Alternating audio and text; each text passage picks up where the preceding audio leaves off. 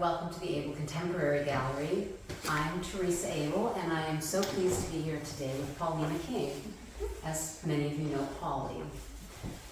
We're going to talk about the current show, The Light Saw What I Couldn't, which is in the gallery through April 13th. We're going to talk about her background, her practice, and upcoming exciting things that are happening for you. So let me tell you a little bit about Polly first. King is an installation artist based in the Midwest, interested in the relationship between our society and the world we inhabit. Her pieces work in tandem with natural forces, establishing aesthetic, symbiotic relationships that highlight overlooked phenomena. These interactions ground the viewer in the physical world, encouraging a reconsideration of our engagement with our surroundings and more broadly the environment. She is currently an MFA candidate at the University of Madison, Wisconsin, and received her BA in Practice of Art from Princeton University. Thanks for joining us. Thank you for having me. The first thing that I want to do before I start talking with Polly is you're going to learn a lot about the work, and I would like all of you, if you're not familiar with her work, to take a moment and if this is the first time you're engaging with these pieces, or even if you've engaged with them before, think about what you think about these pieces. What words come to mind? How does it make you feel? Because I think with work like this, which is very beautifully open-ended, we as viewers can bring a lot of things to the work, and then keep that in your mind, and then later when we have the Q&A, after you learn more about it, I'd like to get your feedback. So, Polly, tell us what the title means to you.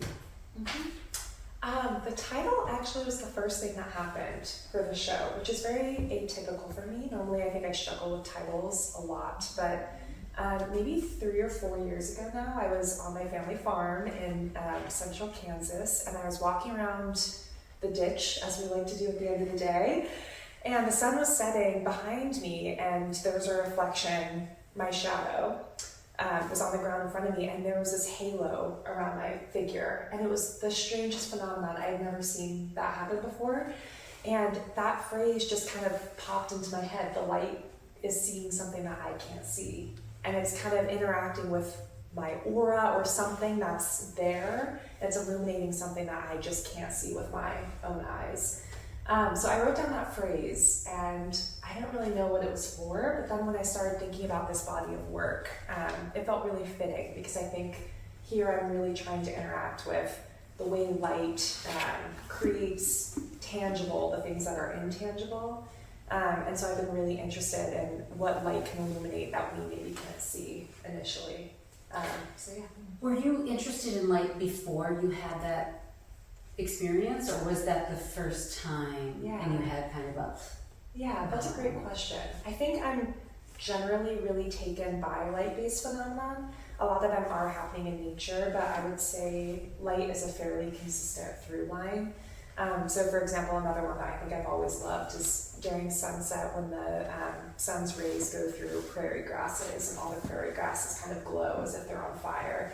And it only happens for maybe that 30-minute window as they're setting. That's another thing that I've always noticed as a kid growing up and always being in natural environments. So I think it kind of made me more aware, I would say, of what was happening. It was the first time I was maybe questioning why a phenomenon was happening or where it was coming from.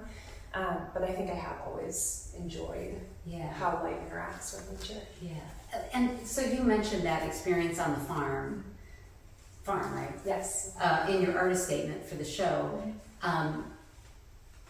Was there actually some extraordinary, unusual phenomena happening in the world that you don't know? You don't know. I don't know to this day, which I think is crazy. Yeah. It's never happened again. I've walked that same path at the same time of day. I've never seen it again. Yeah. So I truly don't know what it was. And I think that is really interesting to me. There's something magical about that. There's something that I will never really understand, but I think that makes it more alluring. Yeah. No, that's super great. Yeah. So what are these made of? These are silicones. They're poured sheets of silicone.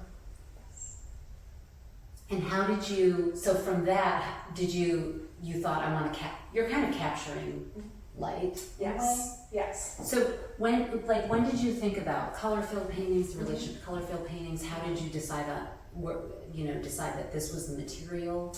Was there there must have been a lot of trial and error? Yes. Talk about that journey. Yeah, definitely. So I've always really loved abstract color field type work.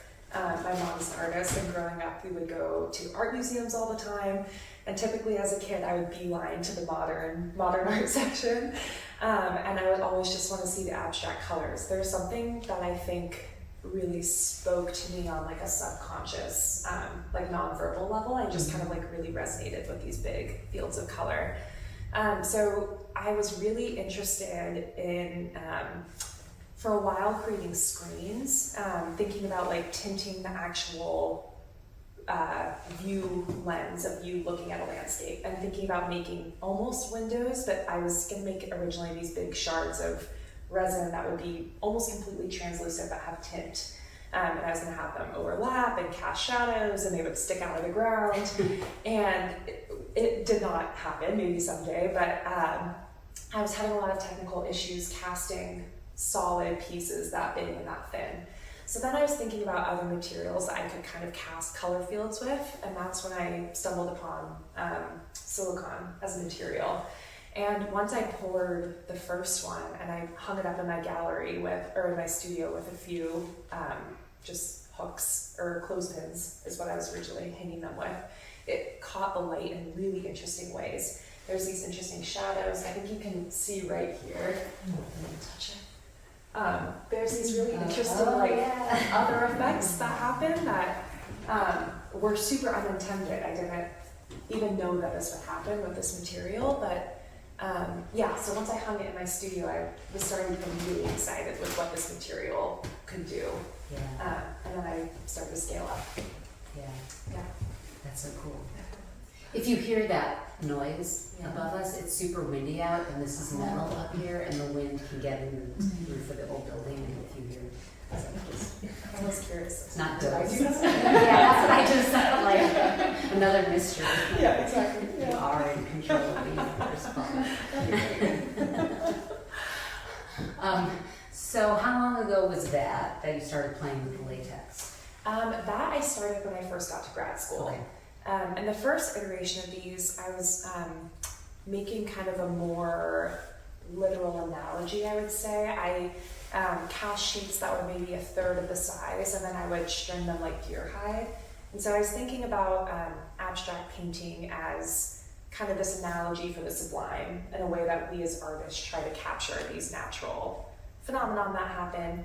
And by stretching them, I was thinking about the way that we then contort these natural phenomenon. And so we're actually kind of making them painful in a way. Yeah. But then there was something about, the clothespins just felt very unresolved. There's something about them just kind of more formally and conceptually that didn't quite work with where I was headed. And so I was starting to experiment with how to let them have their own form. Mm-hmm. And I finally ended up draping them on these PVC shapes to kind of give them a little bit of curve, but let them have their own autonomy. And that, I think, felt like a very pivotal turning point of the work, allowing them to kind of have their own agency rather than me controlling everything. Yeah. Because the same way that the light is a factor in this, the light is kind of a contributor with me in this piece, so is the material. So I think that's an important part of my practice generally, to allow the material to have its own agency. Right. So they're big. I'm always interested in like technical stuff too. Yeah. So you're pouring. Like, yes. At what point does the pigment get added? How do you get these ombre effects? Like, it just seems like it'd be really, really hard to. Yeah. Because the pigment is embedded in the material. You're not painting it afterwards. Exactly. Yeah. So they all start in liquid form, and then as a lot of mold making is, it's an A/B process. And so as I'm mixing that, that's when I add the pigment. But then I'm pouring them kind of like a lot of color field artists are. On the floor, which is really interesting because I'm not a painter. I don't really work in that realm. I don't think I've ever been that good at it, so it's been interesting to almost feel like a painter, and I'm So maybe now you are. Right, exactly, yes, exactly. Yeah, so I kind of create the compositions as I'm pouring. And the colors, these ones are all taken from the palettes from different times of the day. So I would have a photograph of the time of day just to take colors from. So I didn't really try to copy the compositions, but I would take the colors from those just so I find that there's a lot of unexpected colors in skies and sunsets, and like daybreak, I don't think I ever would have put like some of these very yellows in there had it not been for the palette that I have in front of me. So I think that lets me stay closer to what the actual feeling of the color tonality is, to have that reference. That's important. So now that the pieces, I know when I first did a studio visit with you, and I saw some of the pieces that you had stretched out, and they definitely made me think of hides. And the material could make you think of a skin. Yes. Yeah. But less so. I saw this work is the first work I ever saw of yours. And I think my husband Tim showed me pictures actually, and he was super excited about it. And the pieces were hung, and I immediately said something like, "Oh, they remind me of Helen Frankenthaler," or like I knew colored field. I got that right away, but it was the works in your studio. So now that the work has evolved to this, do you feel like these pieces are still relevant to that idea of skin or anything, or has it sort of changed? Yeah, that's a really interesting question. I think there is something in the materiality that you can't quite get away from skin. There's something that does always feel a little fleshy, especially like when you get into the fleshier tonality. Yeah. And you know, I guess I haven't really fully reconciled how that conceptually works, but my kind of gut feelings right now are that there is something so alive about nature, and there is something so intimate about Mother Earth, if you think about it that way. There is something that's so susceptible about nature that we kind of have to take care of, and there's almost this like sensitivity or vulnerability maybe in these being more skin-like. It does kind of like elicit this feeling of vulnerability. Yeah. So I think thinking down that line just out loud as I'm talking to you, Yeah. I am kind of interested in that, and maybe how that could kind of emphasize this care almost, or this responsibility that we have of engaging with these phenomena or Yeah. nature more generally. Yeah. And from my understanding, every time you install any of these pieces, they're different. Yes. So that these aren't hung the same way they were. Right. They're responding to the space. Yep. But I think there's something beautiful about that, because there's no way that any day or light phenomena is ever going to be. This is obviously here for 6 weeks or however long it is, so Right, you're right. capturing this moment. But Yeah. the fact that every time they're installed, they're different, Yes. plays into the fact that what you're Yeah. referencing is always changing. Definitely. Yeah. And even here, there is natural light coming Yeah, in. right. This window's particularly fantastic. So, Yeah. even then, they do have these like subtle shifts that happen over time with their response to light. Yeah, sitting right here and I get to look up Yeah. at that blue right there, which I Yes. always from Yeah. this vantage point. Yeah. It's really great. So you are getting close to getting your master's degree, and you're really, really busy right now. So you've installed this work, and then you won something called the All Prize, and then you are getting ready to install a show at the Arts and Literature Laboratory in Madison. And along with that show, there is an aspect of that show which is in the Arboretum. Yep. So, one, congratulations on getting the All Prize. And so, like, tell us about the All Prize, and then tell us about that installation and what you're going to be doing and how that work. I'm assuming that work comes out of this work. Yeah, I think they're related. So talk to us a little bit about all that. Yeah, I was so thrilled to receive the All Prize. Art Lit Lab is such an interesting space because of these massive windows. So I think the first time I saw it, my first year, I was really interested in working with that space because I do think there's a lot of natural light, there's interesting reflections, And I've been installing this week, and even this week, I've noticed a lot of interesting phenomenon happening in the space. So it does have a potent light energy there, which is really exciting to be able to work with. So there, I would say there is definitely an aesthetic departure. The pieces I'm working on at Art Lit Lab are definitely more structured and kind of have more of like a multitude thing going on. So I have 58 individual pieces at Art Lit Lab. There's these welded frames that are range from 2 feet to 6 feet. And then there's attached acrylic panels at the end of them that are printed with like very abstract color field imagery that I created. The hope is that there will be a wind sensor in the Arboretum, and the hope is that when the wind sensor moves, all of these pieces in Art Lit Lab will kind of flutter to reflect the atmospheric conditions outside. So I've been thinking a lot about how I exist within a gallery. Before I came back to grad school, I predominantly made work outside, and so I was very directly engaging with natural phenomenon.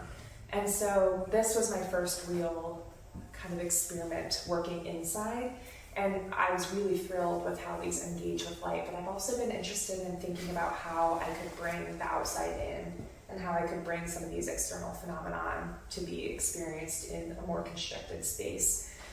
So this is kind of my first experiment at Art Lit Lab of trying to, I guess, kind of literally bring wind into the space and then see how that changes the experience of the work. Yeah. That's super interesting. That's very interesting. How are you gonna? How are you technically making the pieces move based on what's happening in our group? Yeah. So before I came back to this will circle back. Before I came back to school, I worked as a public art fabricator for about 5 years, and a lot of the work that we did was kinetic. So there would be some sort of programmed, mechanized movement happening. So I have a little bit of familiarity with that, and so each circle is attached to a motor, and then they're grouped to connect to Arduinos, which are these little circuit boards that control movement or any sort of electronic world based on my programming. And so they connect to Wi-Fi. The wind sensor at the Arboretum connects to Wi-Fi. And so then they're able to send data back and forth to each other. Yeah, so then it responds to that data and then can move. That's so great. Good. It's good to talk it out. It's definitely an evolving process, so it's good to confirm I'm on the right track.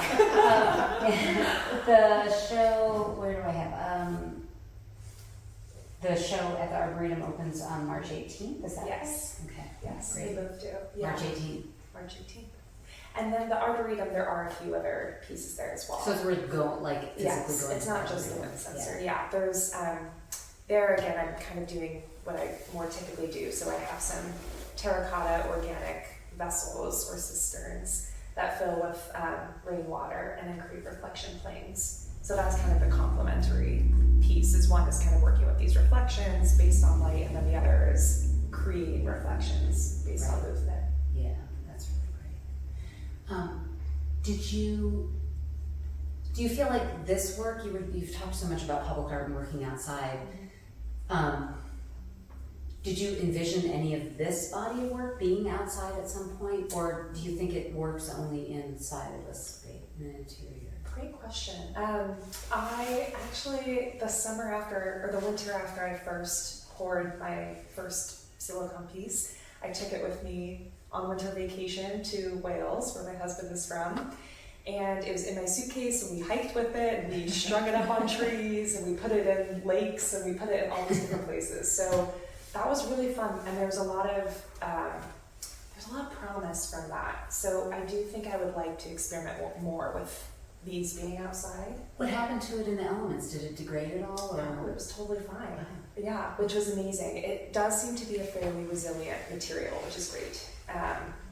It did totally great in water. It didn't tear or rip at all. It was a little heavy in the my suitcase, so that was probably the only limiting factor. But yeah, so I think in the future. Yeah.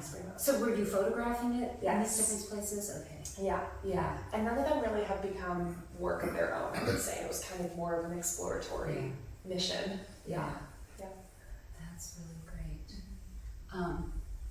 So what you've told us so far about the pieces in this show are in response to specific questions. Are there other things that I haven't touched on, that we haven't touched on that are important in the viewers? Well, something that I think is a through line in all of my work that I've been thinking about a lot recently is kind of the role that they play in your mind after you leave.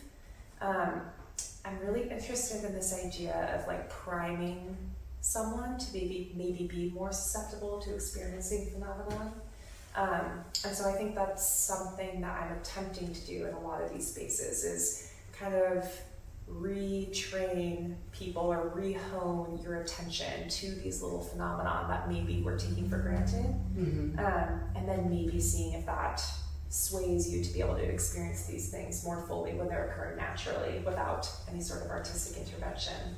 So I guess I would be curious to know how people feel about that and if those things seem successful. But I've really been interested in that like kind of line of thinking and like cataloging my own experiences with nature and these phenomena through these artistic works. That's interesting. Sometimes we show a lot of different kinds of contemporary or more traditional landscape paintings in the gallery, and I've often thought one of the wonderful things about landscape painting is that you have an experience in the museum or the gallery with it, but what it really can do is it transforms the way that you view the world outside of you, and that's something that, all art can kind of do, right? Hopefully it makes you go out in the world and be more present or see the wonder. Right. And the artist is almost, what's the word for it that I'm trying to think of? Like a conduit. A conduit, kind of. To remind the rest of us to be present and pay attention to these things, which is sort of what you're articulating. Exactly. We talked about this when you came to my studio visit, but I think that's why I love the Impressionists so much. Oh yeah. Because it really does. There's all these crazy colors in these paintings that feel like they can't be natural, but then if you see that landscape or that sunset, you realize those colors are all there. Right. Which is really amazing. Yeah. So I think in a similar vein, I would like to kind of hope that these might illuminate a different way of looking at the world. Yeah. I think that's just great.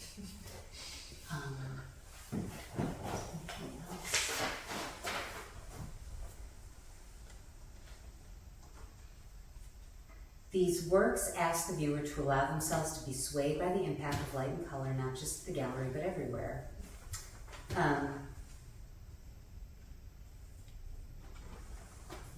I think that's terrific. So one last thing, and then I'm going to open it up for questions. So the All Prize is awarded to one person? Yes, this year. Yeah. That's just great. And then, so in addition, so you get the exhibit, and is there more? I think there'll be an artist talk. Okay. About that work. Yes, exactly. Yeah. So April 4th. April 4th is the opening. And it is also your MFA show. Yes, is my thesis. And then what's you have a plan after? Yeah. I do have a commission in Racine that I'm working on. So a paid job, which is very exciting. Great. And after that, hopefully, I will continue to be applying for commissions and see kind of how that goes. Yeah. So that's kind of the plan. Good. Yeah, that's great. So now, think back to what you talked about at the beginning, but thoughts, questions about that, or anything else, Gail?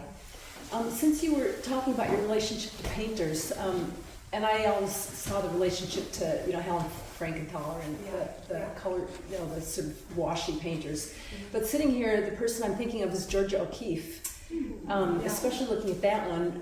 And since you mentioned landscape paintings, what I think it has in common with her, I wonder if this is how you feel about it, that what I always loved about Georgia O'Keeffe is that the paintings they're not overly descriptive, like they really leave it to your mind to fill in oh, these, you know, your experience of clouds or the desert or something, as opposed to a lot of landscape painting that gets into really a lot of descriptive detail, you know, and and what I love about her paintings is they don't really illustrate nature for you, they just put out the least amount of information that you fill in with your lived experience of it. And does that sound like what the kind of experience you're after with these? Because yeah, definitely. That's interesting. I love Georgia O'Keeffe, so that's wonderful to hear that comparison. Yes, definitely. I think I probably too much have an aversion to sharing about the work. I do really like people to fill in their own experience, so I have a hard time talking about it often or writing about it, because I do think I want them to have all these different entry points and be able to just be experienced however you're able to show up. So I think that has been a goal of mine recently, to kind of find that balance of how much do I share and then how much do I kind of let the viewer fill in with their own life experience, like you're saying. It's always hard to decide, you know, how much information do you load in there, you know, like and when do you stop, you know, like what to edit out and what to put in. And I feel like these have a really great balance of just the right amount of, you know, visual information in here. Good. That's really good to hear. Good. Yeah. Yes.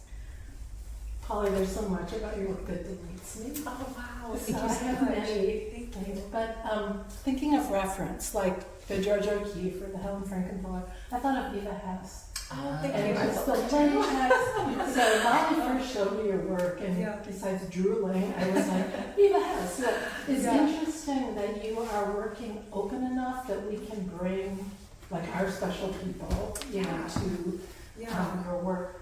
But having said that, it's so fresh and unlike anything I've ever seen. Oh wow, thank you so And much. listening to you and seeing you and Teresa sitting here, I feel like I'm seeing you inside of your work because of the shadow. There's like the two-dimensional shadow that's on the wall, and then there's the three-dimensional sculpture. And it so harkens your story of standing at the ditch and seeing your shadow and the aura. So I'm listening to you, I'm filling up, and then I'm looking at, there's an aura on that shadow too. But I really delight in this 2D, 3D, and then how impermanent that is based on the light. It's a really just a lovely capturing that moment. Thank you so much. Yeah, I do think impermanence is really key. I'm really glad you used that word specifically, because I do think the impermanence almost makes it feel more special, because you know it's not going to be there forever. Yeah. And like there's a lot we could say about that. Like this whole room is here together in this one moment. Right. Poof. You know, Right. so Right, exactly. really just beautiful. Thank you so much. Thank you. I'm glad you brought up the shadows too, because I think about that every time I come in here, but we didn't talk about that, and I mean that's going to happen in any place. Right. But I don't know how important Yes. it is for you when you think about the shadows. I assume that Super that's important. just look at.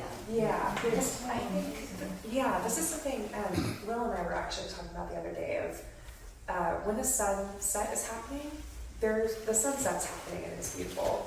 But if you look at the person you're watching the sunset with, they also are bathed in light. And there's all these other things happening when a sunset is setting. That isn't just the color in the sky. Right. And so I think I feel that way with these works too. There are a lot of almost side effects, but they feel equally as important that are happening within the space. Yes, that's great. Yeah. Like there's always commentary from like you're like, no, look closer. Like whenever we're in communication about this stuff, like I don't see the red. It's red there. Look, it's like it's really revealing, like to see the insight that you have. Go ahead. So this project you're doing at ALL, I'm really interested in you said you're using Arduino to connect between two different environments. Is this something you know, or are you consulting with people on this? That's one question. I know. Okay, because I also see, I mean, you know, like there's all kinds, especially in interior projects, there's all kinds of opportunities to control the air movement or the heat or sound. Yes. And also those could be permanent, you know, permanent kind of installation projects. Right.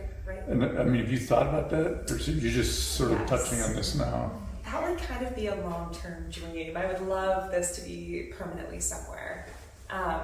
The piece, well, these, and also the piece at our lit lab as well.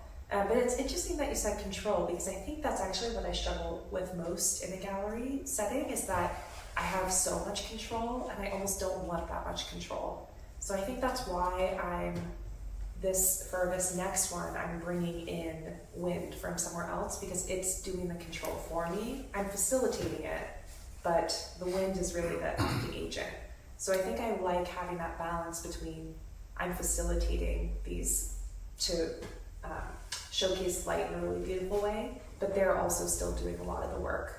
So I'm trying to find that balance of control. I guess I was thinking about things like motion detectors and heat sensors, so Yeah, as people move through, yes. things change. Right, yeah, and that would kind of scratch that itch nicely for me, because then I think, again, it would be allowing the works to respond to something that's happening outside of me. Yeah, good idea. Yes. Hey, thanks for the talk. You mentioned earlier in your life that you obviously fabricate work for other artists, and then moving on to then fabricate and make work for yourself. And you talked about experience and phenomena. What do you think changes in the artist's studio, in the head, in the process? In, for example, the phenomenon of making for somebody else, and then the phenomenon of making for yourself. Interesting. Yes. There are a lot of differences. One being, I am so much more invested in my own work, I can hardly sleep at night. I'm just like always thinking about it. But I think because of that, it really does improve the work that I'm making. I think because I'm so invested in it, I feel like I'm living with the piece constantly. If I see something out in the world, or the way that leaves are moving particularly, I'm like, oh, I could put that in the code and have it move a different way. So I guess I feel like the difference in working for other people versus myself is I feel much more expressive. Maybe it's the same amount that I was given at those jobs versus now, at least in terms of like the programming or making these subtle decisions, but I feel much more experimental in terms of what I can try and how far I can push it, and where it can maybe go. I don't know if that necessarily answered your question. I'm curious about scrutiny that you make for the artist. Yeah. Then they come back, Right. and then they're going through everything with. Yes. And then there's a sense of nervousness, I guess. Yeah. So I'm just curious about, I think it's a similar kind of thing. Yeah. The kind of scrutiny you give towards yourself versus the scrutiny you give to somebody else's work. And it might even be a higher level of scrutiny given to somebody else's work. Just to make sure it goes out of the door. Right. So I'm just kind of curious about that. Yeah. But you know what's interesting? I actually almost feel the opposite for my own work. I think because I'm the one making the final call, I just want it to be exactly the way it is in my head. Whereas if I'm doing it for someone else, they kind of tell me when it's good enough, so I can kind of let it go, and it can be good enough. But for me, I almost feel like it's not good enough, which kind of has me constantly tweaking. But then I think with these, it ended up, that was such a critical part of the process, because there was certain ways that they were hanging on forms that I didn't like. And so that pushed me to go back into the studio and rework the way that these would drape, or how thick they were, or how these frames would be a different color or a different angle. So I think I'm a little bit more of a perfectionist with my own work. I like that question about scrutiny, and if you look at these, have you thought about where you'd like to take them next, if you're using that word again, scrutinizing them, maybe for other parameters or perspectives? Have you thought about this part of your practice in that approach?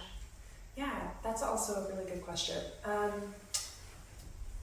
I really would love to see these in a residential space. I'm really interested in how people would interact with them if they were living with them. I'm curious how they would feel being lived with. I actually thought about putting one of them up in my apartment, because I have this lofted area, and to see how that would change, to be able to live with it so much and see how much the light is changing. But no, I don't think I've given it much more thought than that. I'd like to see lots of those somewhere. Multiples. I did have one thought of if I really could control the light. Like if I would give myself that, which I feel like I normally don't. Your But next if show I- could be called If I Could If I Control could the control Light. that, exactly. I think it could be interesting to have like one hung piece per room with just like one really intense spotlighting on it, and then see what the auras would be in each room. So like if this was in one room and there's just really intense light on it, what would kind of the rest of the room look like? And then you would move on to the next one, and then the aura would change in that room because of the lighting of the next. So I'm interested if I could kind of up the intensity of these kind of side effects that are around, and if that might kind of have some sort of, I don't know, nonverbal reaction. Yeah. Yeah. We just need to, you could have both dreams come true. We need to buy a residential house for you. Perfect. And then in each room you could have a piece. It's just an art house. Yeah. Perfect. Great. Yes. One other question. In that previous life of yours where you were working with a public art fabricator, I take it. Actually, for the artists themselves, I was part of like artist collectives. So was it a collaborative experience, I guess is what I was getting at? Great question. Yeah, I guess half and half with my past experience. So sometimes it would be, I would be working for an artist who would come up with all the ideas. And so then I was a lot less involved with the process, and I kind of would just be the worker bee, getting everything done. But then there's a few opportunities where we would be able to discuss the projects together, which I think always felt a little bit more rewarding, which is why I felt like I wanted to come back to grad school, because I wanted to be the one controlling the decisions and the ideas. I didn't just want to be the one making it happen. One of the reasons I bring that up, I think sometime in the past few years, we talked about the idea of you approaching industry when you were trying to figure out this material. Yeah. And I still think, you'd be perfect for approaching like industry and saying, Yeah. I'm an artist, I'd like to use this material, kind of have these ideas. Yeah.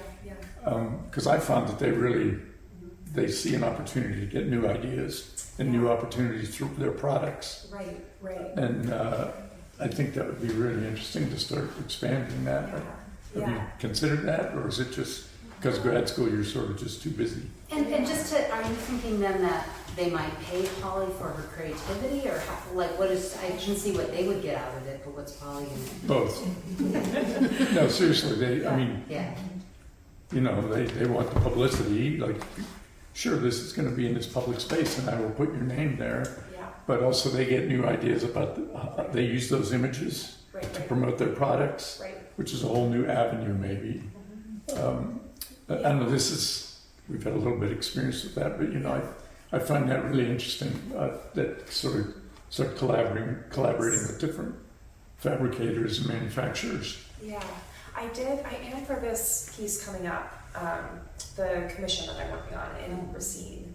I am having a fabricator help me get image transfers onto these big pieces of acrylic, and that has already been very collaborative. I don't know a lot about this large scale flatbed printing onto these huge sheets, and so they're giving me a lot of feedback, and we're kind of trying to troubleshoot that together. And it is really interesting. I think feels really isolating sometimes, especially with my current Art Lit Lab project, because I'm doing all this coding and I don't really have people to bounce ideas off of. And that can feel really hard. Sometimes I'll go to ChatGPT and try to see if they have ideas. But I think sometimes having someone to discuss things with who are experts in different ways is really beneficial. So I am finding that with the current project. I had two thoughts. The first one was from a while ago, and I didn't just say it when I thought of it, but the idea of like being, as an artist, a person who delivers something to the world in a way that makes them think of it in the world that is in a new way. I think that's a cool idea, and I also like that you can see that even in the reflection of like this work when the light shines on it and it's reflecting on the wall, just helps me to think of it differently. Yeah, that's awesome. That's And really then in terms of like industry stuff, I think that Well, first of all, in my opinion, it's about you and like what you want your work to be. And so I kind of thought that along the industry lines, while like personally I always feel like, no, like I'm anti-industry, you know? But you could do like lamps or ceiling fans or like something cool that could go in people's houses. Yeah. You know, I actually have been thinking about that as I'm starting to pivot out of this MFA world a little bit more. I think about how to make all of this sustainable. And there are certain things that I'm working on that do feel like they could make that pivot into maybe being more like home goody type objects, which I am really interested in kind of having both, because I think this is so exciting for me, and these I don't think could be home good applications, but there are other things that I feel like could be really beautiful objects to have in people's homes that then would help them to have art in your own home, you know, which is really inspiring, and that's also super important. So yeah, I think down the line I would kind of like to have my toe in a lot of different pools. I really like the idea of doing these like larger scale commissions, also continuing to do this type of like gallery work, but then also having like maybe some home goods or like smaller, more mass producible sculptures as well. It might also be working with an architect too, because there's something, I mean, just the scale of these and the potential for the scale of these, I could see them being architectural installations or, you know, really almost being integrated in with the plan for architecture. Yeah, I really love that. Yeah. It's great idea. Yeah. And there's a lot of research being done, you know, we talk about it transforming the way that we see the world. There are a lot of architects now talking about neuroaesthetics. I mean, we've always known this, but really, really talking about designing buildings with health and well-being in mind, and how that makes us better, and not just like, you know, making as many cheap, poorly designed homes as a contractor can. You know? Absolutely. Yeah. Yeah, definitely. And I think because of the idea of being able to have objects that maybe would be more applicably put into someone's home who maybe can't afford like a very intentional architectural intervention. I kind of like that as maybe like a middle ground of something that could still bring joy to a space, even if the space isn't necessarily facilitating that. Yeah. So I like both angles. Yeah, you just need high ceilings. Yeah. Exactly. Yeah. Great. Anything else? All right. Thank you so much. Thank you so much.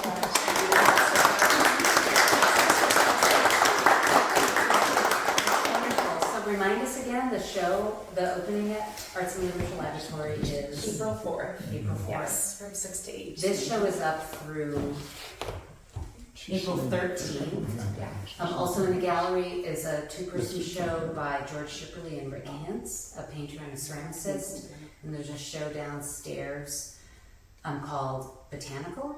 And that's that. Yeah. Great. Thank you so much. Yeah, thanks everybody. Yeah, thank you.